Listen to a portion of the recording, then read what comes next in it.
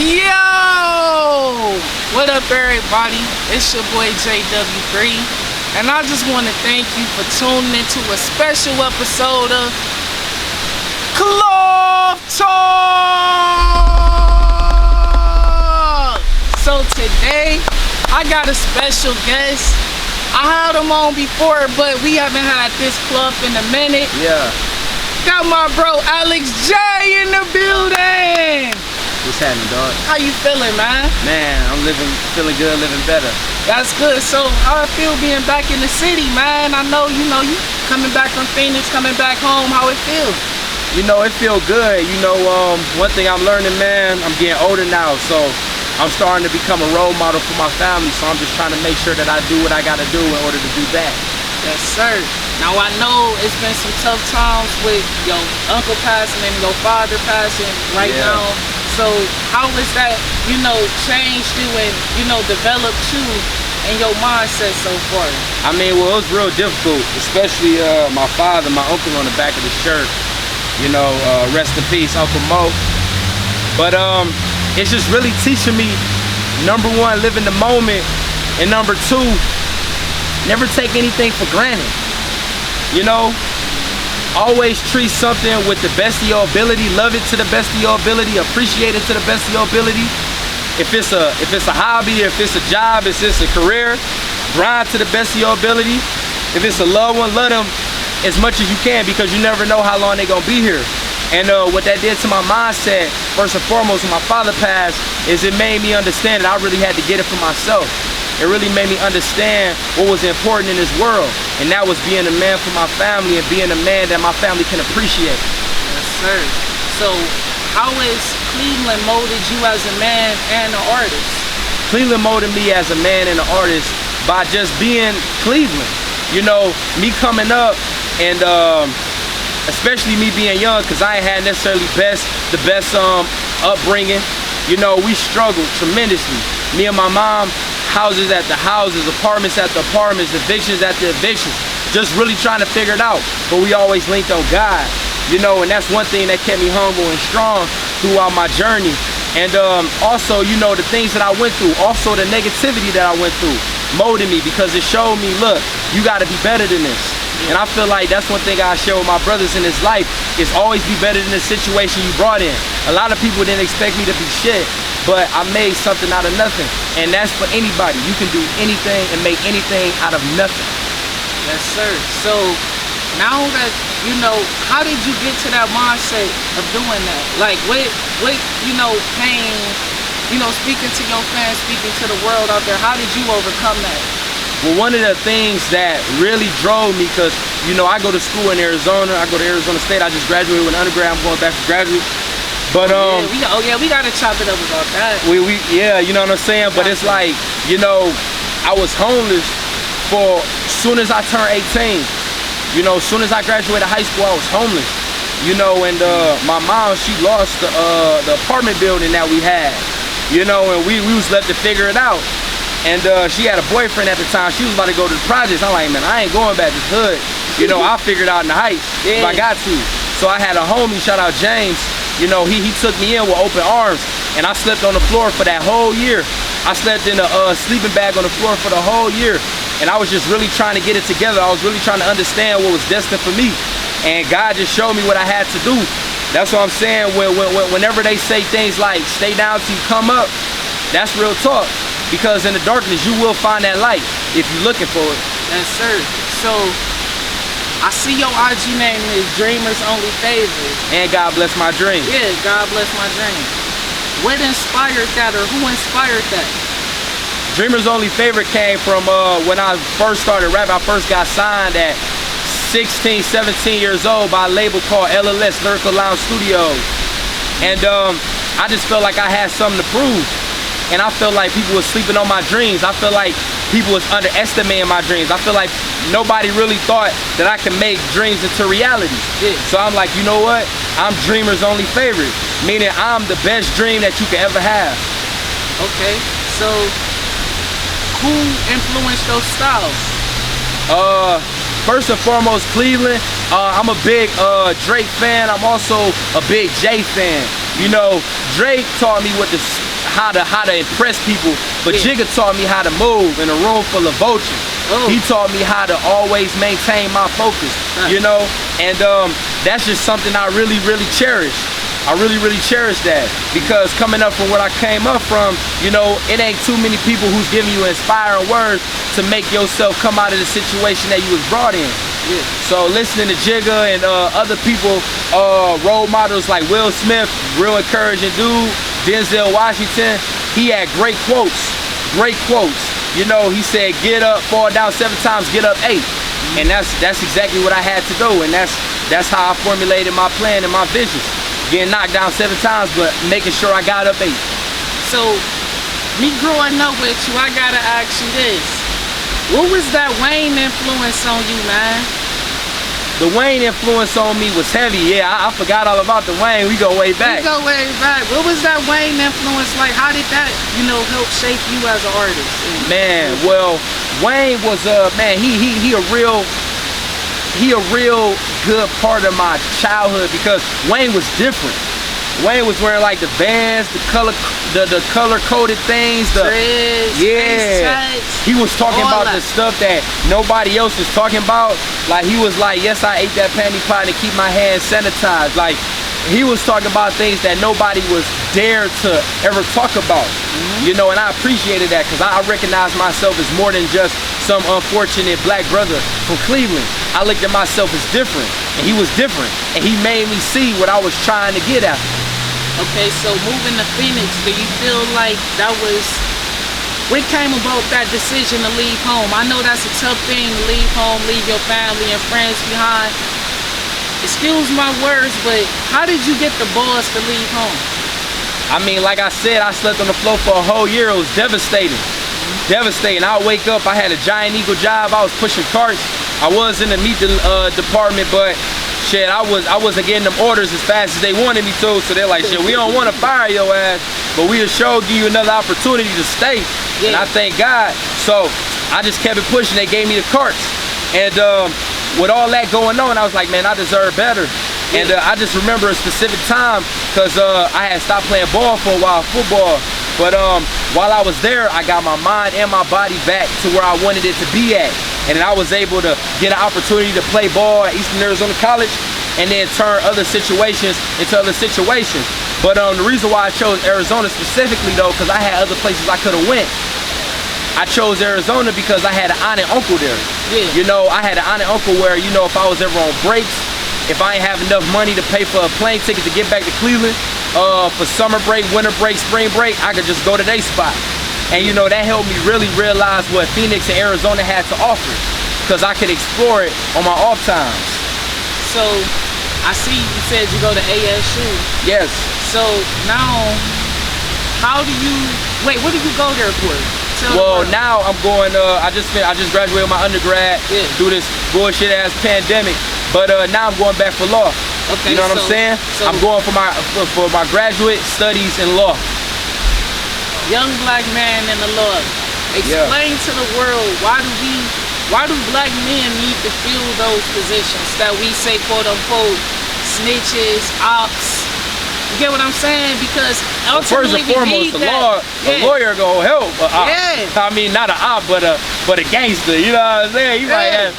But I feel like with these positions, you know, it ain't necessarily the position. I feel like it's more or less you finding what you are passionate about and just going after it. Like, don't ever be shy to put your all into something you passionate in. Because at the end of the day, how you feel about something and what keeps you happy and what keeps you motivated, what keeps you going and what helps you sleep at night is all that matters. And eventually, like I said before, if you're in the dark, you're gonna find that light. And that's what made me go into that, because I also had another unfortunate situation when I was in school. I was flat broke. Man, ain't had shit for real. And I started really finding my love for politics, started diving in it, and I started getting help. I started noticing that people actually wanted to help me. So whenever you notice that somebody want to help you do something that you good at or that you passionate at, that's pretty much a good sign saying that they want you to stick around, or God showing you, look, this is what I need you to do, at least for right now. Yeah. And I have people giving me things, money. I got, that. Right. Yeah. It's not a lot of people really right now trying to be involved in a relationship. You know what I'm saying? And I feel like that's what's messing up right now in our generation. People too worried about the wrong things. We such a lustful generation. We so worried about materialistic things, to the point where people are able to afford these materialistic things and manipulate you into believing that's what you need. You know what I'm saying? Like the Bible say, a wife can be a man's crown. And a man, if he really feel the same about that woman, then he gonna love her just like Jesus loved the church. And I feel like we straying away from these beliefs. We feel like sex gonna come in and take away from that. But at the end of the day, the body needs what the body needs, and the soul needs what the soul needs. And that's why, I feel strongly about getting in a relationship, and that's why I'm in one, because I feel like you can't balance your life with being in a whole bunch of different pots. You need to find one pot that works for you and cook it up. You did? Okay. So now that you in this relationship, did you learn more? What drives a man more, being in love or being heartbroken? What drove you more to push for success, having a woman by your side, or having the heartbreak of being like, damn, I gotta step it up now, I gotta get my shit going?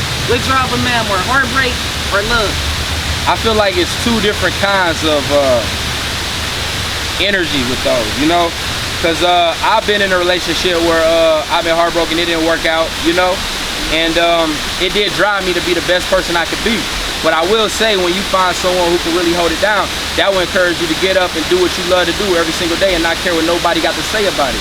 A heartbreak gonna encourage you to be the best you. Someone who you love and y'all got a thing working out, that's gonna make you be the best person, not only for yourself, but for her, for the people around you, for your job. She might pick you up from many different trials that you done had. You can start to confide in her with different things that you never told nobody in your life. So why do men feel like I can't go to my woman and be emotional? I can't, get out! Oh, it's all good. But why do you feel like now men are so, I would say, emotionally retarded to where I can't go to my girl, express my feelings, but yet you can lay down naked with this woman, you gotta spend your life with this woman, but you can't talk to this woman? I feel like as men, we was never really taught the appropriate way how to communicate.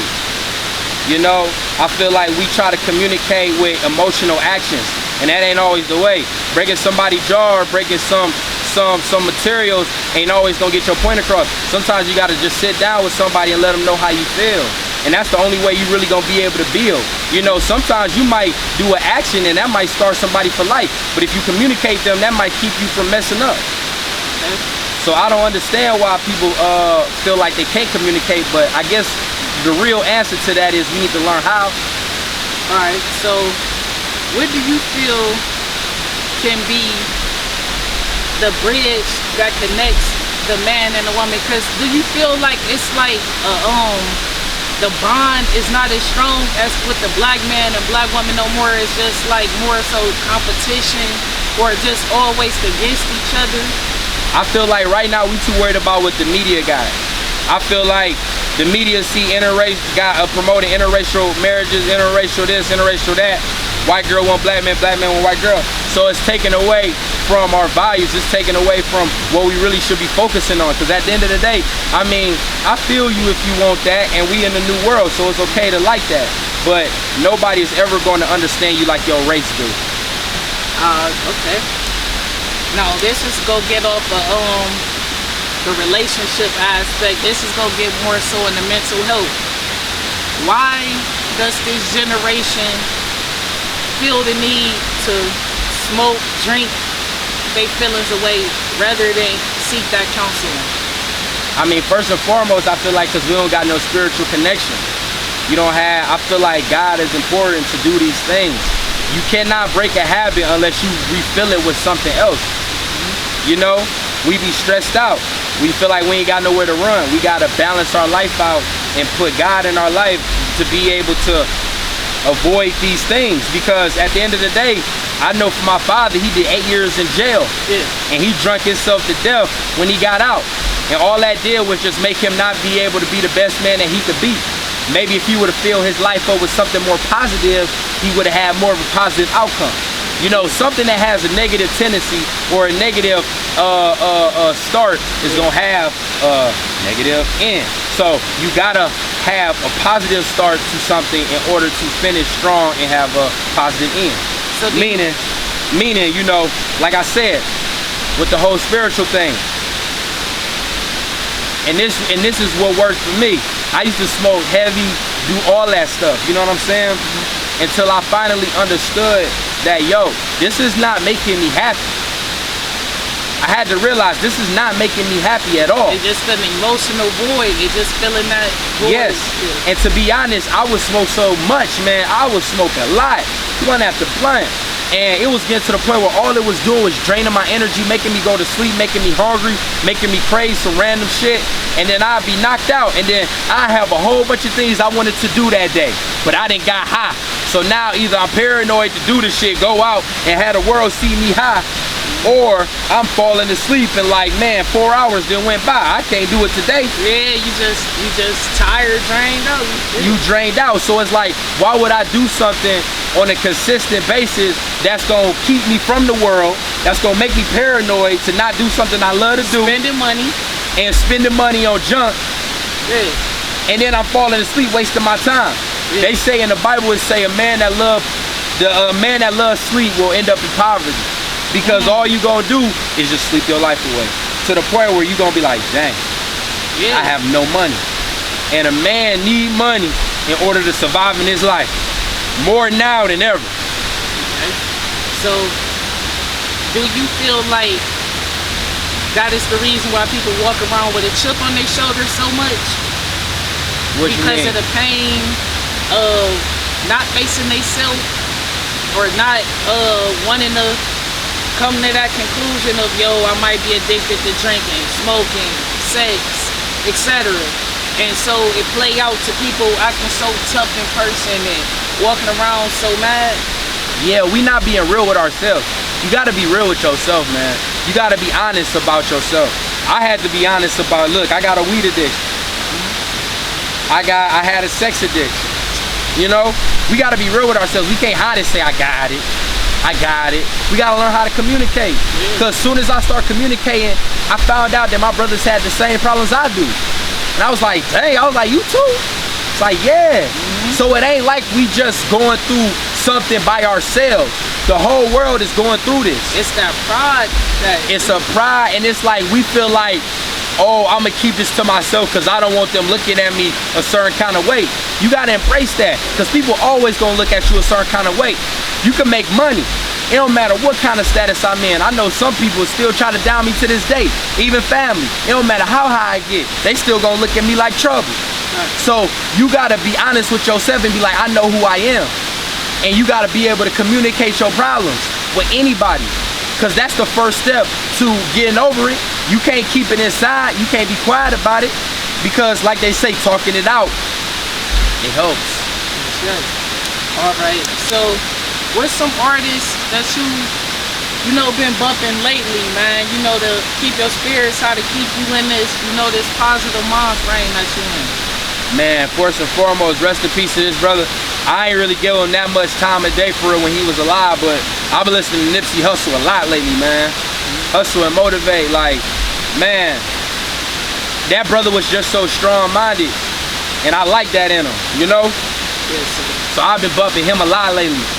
I've been bumping a little bit of Cole. You know, I mean, I love Drake, but I mean, he just dropped a song that Laugh Now, Cry Later. That's dope, but he ain't really been dropping. No misses, man. You know what I'm saying? But no misses. I've been needing some things where I need somebody to talk. So the people who really been talking is Nipsey. I could always pop some Jig in, some Cole. Kendrick been in the cut lately, man. He need to drop an album. I'm tired of listening to the same old songs. I've been listening to Dale probably like the last, 3 years it seemed like. Yeah, I don't want to listen to that no more. I'm tired of that. This is like, fucking like, this is my man. America. This is like, it'd be like, come on, man. Like, kids are clan though. All right. But I feel, all right, do you feel like when you get to a level like that, like, of a kindred to where council one is vice president, so it just went from one step to another. Okay, so how is that, how is being broke and, you know, going through those situations, did that really, how did that affect you, like, you know, mentally? Did you start, did being broke push you to the limits of seeing, yo, this not the life that I want to live, or how did being broke push you? Being broke pushed me as simple as this. I had to finally realize ain't nobody gonna do it for me. And that was a huge wake-up call. When you wake up and realize ain't nobody about to do shit for you, then you can achieve anything. The highest mountain, you would climb that motherfucker. Cause you like, the more you climb it, you like, hey, ain't nothing down there. Ain't nothing to go back to. So the only thing I can do is keep climbing. And that's all I'm trying to do, unless it kill me. Yes, sir. But cause that's all a black man really can do. You know, all we can do is go up. I know most of us have heard that. You know, so with that being said, never be discouraged in any situation you in, cause you can make the best of it. Okay, so how is being an artist and doing law, how do you balance that?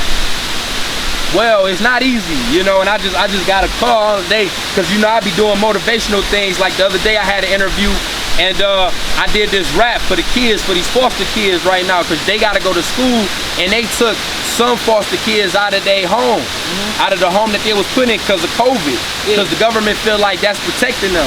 So, you know, I did a rap and an interview for them, just shining some light. But anyway, I forgot what I was doing. What was the... It's all good. What was the question again? But I'm saying, how do you balance being an artist? Yeah, balancing. So with that being said, you know, it's not easy. And the reason why I say what I was saying is because I got a call, and they were saying, look, man, you got to start being more positive. You know, if you gonna do this and dabble with both, then they got to kind of blend. You know what I'm saying? So with being an artist, I'm starting to take the positive. I'm starting to talk about more things that need to be talked about in today's world, instead of all that ass shaking typical shit, you know what I'm saying, Molly shit. I'm trying to dive in. I'm trying to talk about what's gonna get you a job. I'm trying to, like Jay say, I'm trying to give you game for $10.99, $9.99, you know what I'm saying? Do you feel like the grind gonna be harder for you though as an artist, being real and not, you know, selling out? Absolutely, because I'm gonna get judged. I'm gonna get judged because it's a difference. You know, this is something Cole probably would have wanted to do, but he just decided to settle with making it instead. You know, I want to dedicate my purpose to making a change, and the only way you can make a change is whatever you involved with, positivity, law. I'm putting the law with the music, putting the music with the law. I feel like that's what we really need, especially right now in today's politics. A lot of people right now, they trying to act like they not real. They trying to act like they always got to sell themselves in a way that's perfect. And everybody nobody's perfect. You know what I'm saying? So at the end of the day, I'm not worried. I'll be judged, but I'll be fine because I'll be doing what I love to do. And that's music, and I'll be studying something that I have a passion in and I can go far in, which is law, to go into politics. And I feel like with that type of plan, with God in my life, ain't nothing gonna stop me. Okay. So off the tape that you made, The Gift That Keeps On Giving, which what I say, everybody should still go out there and get, highly recommended from your boy from the ClothTalk community. What is the concept for the new tape that you have now? Like, where do you go from there? How do you transform as an artist? Because to me, I know that you can get better. I know that evolved and all that. But now, where do you go from there? Well, sometimes we laugh, sometimes we cry, I guess you know now. But man, just to be honest, man, you know, the first tape was The Gift That Keeps On Giving, Pack 1. So we coming out with the Pack 2. And we still gonna give them what they want to hear. But I'm going way deeper with my content. I'm about to start addressing things that really need to be addressed. I'm about to start saying the things that we see. Okay, so different concepts you bringing into the forefocus. Especially with the election right around the corner. I feel like a lot of people need to start hearing about stuff that they ain't necessarily educated on. What's your thoughts on this election so far that we got coming up?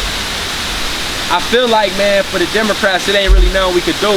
But I feel like Joe Biden do a hell of a job with picking Kamala Harris or whatever as his vice president. You know, he trying to make history.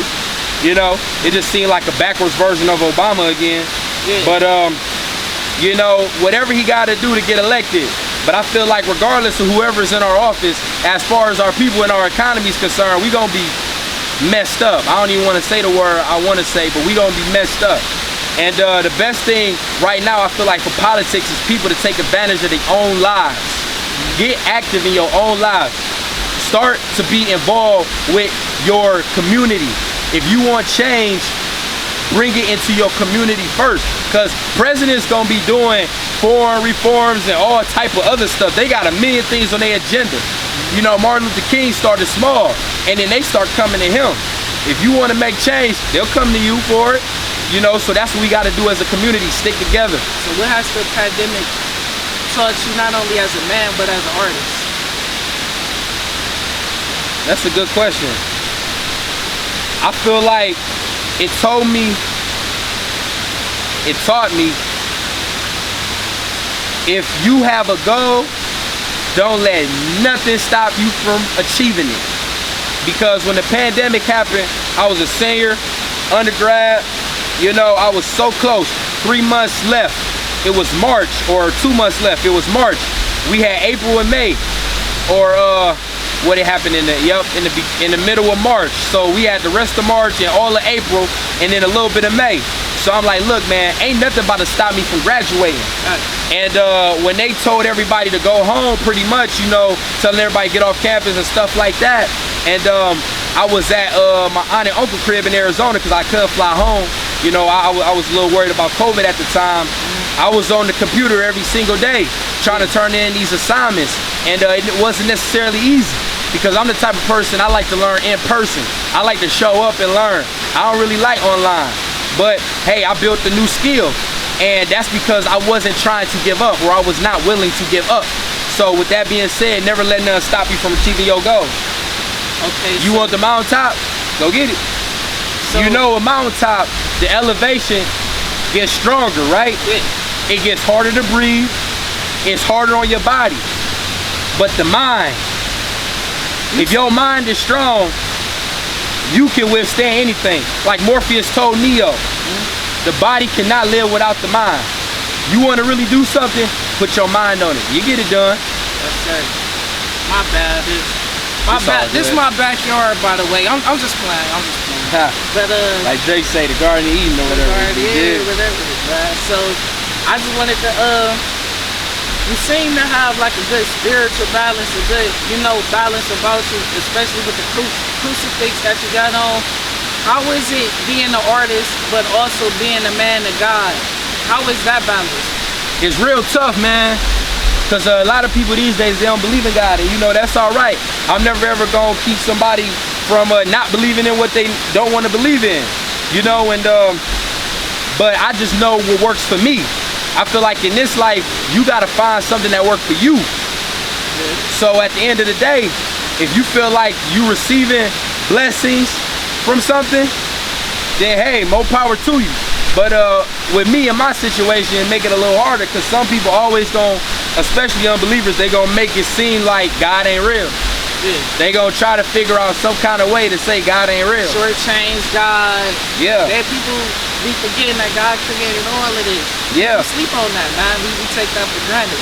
Yeah. So you know, with that being said, you know, for me, I just seen it for myself what God has done. And I know a lot of people might not have had those situations, but I have. And I'd be dead wrong to not share that light. Yes. So now, not to get in your personal life, but are you in a relationship? Yes. Okay. So how is being in a relationship made you not only a better man, but also a better artist as well. How is that, working? Because, this is a misogynistic type of, I got the bitches, I got the hoes. Not too many men say, yo, I got a city. How could he get better than that?